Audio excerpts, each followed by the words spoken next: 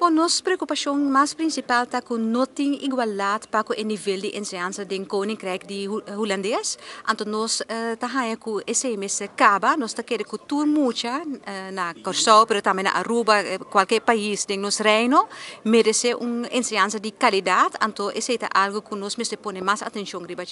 Como nós podemos ter esse cambio de qualidade e de igualdade de enseñanza a nível de reino? Esto mostra algo que é difícil, agora nós vamos ter uma distância grande entre Isla e Madre Pátria.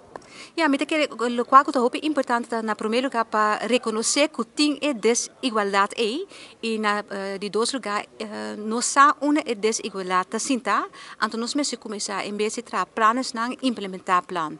Uma é parte da hopi importante tá que é fundo não que nós não tem na Curaçao, na Aruba, na Sint Maarten porta para investir em enseñanza, caminho Holanda e best sitting é fundo não é, então nós tá querendo que nós mesmo pode chegar na fundo na nível de, por exemplo, escola e outros stakeholders para nós por investir em enseñanza, pois é necessário.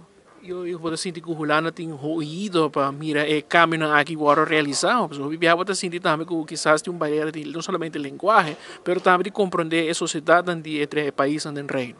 Nós sabemos que tem nós na holandês então um kramp do que nosso país tem pensar, ok, ensinança de nós mês, então nós mês crescer, então na outro bando Holanda tem pensamento que, ok, nós não quer meter em assunto de outro país, então nós sabemos que netamente é muito nang nos jovens nang nos ensinança tá cai net mei, então que tá cai perdi, então nós pensa que não, nós tem que lagar esse sentimento nang é loss. Anto bang focus riba alumno nang mucha nang nos futuro de nos mucha nang futuro de nos país e investir em enseñanza anto por exemplo bem com fundo nang camina nos porting toch oportunidade para seguir e desenvolver nang den ramo de enseñanza. Nós estamos preparados com tem hopi atenção agora que para assunto de slavernijverleden, tem hopi investigação, tem hopi fundo para o esse então slavernijverleden é importante, mas nós quer agora que também bem atenção,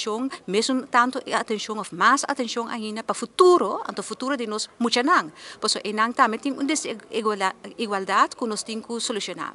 Pensei também é ocasião aqui topi grey, toko bota topa outro, então em verdade relação nang por trariba nang para assim junto nós sali para defesa de nós muito nang e nós jovens nang.